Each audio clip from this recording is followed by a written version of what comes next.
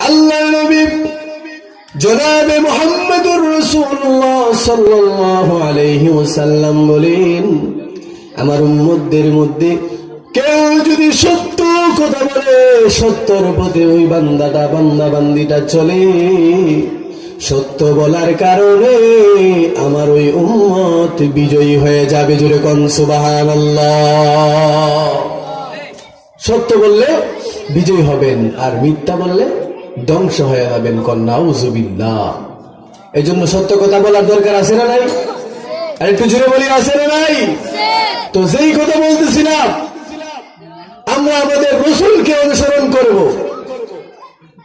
এবার বলতে পারেন যে হুজুর রাসূলকে অনুসরণ করব কেন?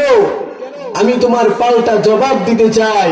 হে বন্ধু, আমার নবী যদি তোমাকে উহুদের ময়দানে রক্ত ঝরাইয়া ভালোবাসতে পারে, আমার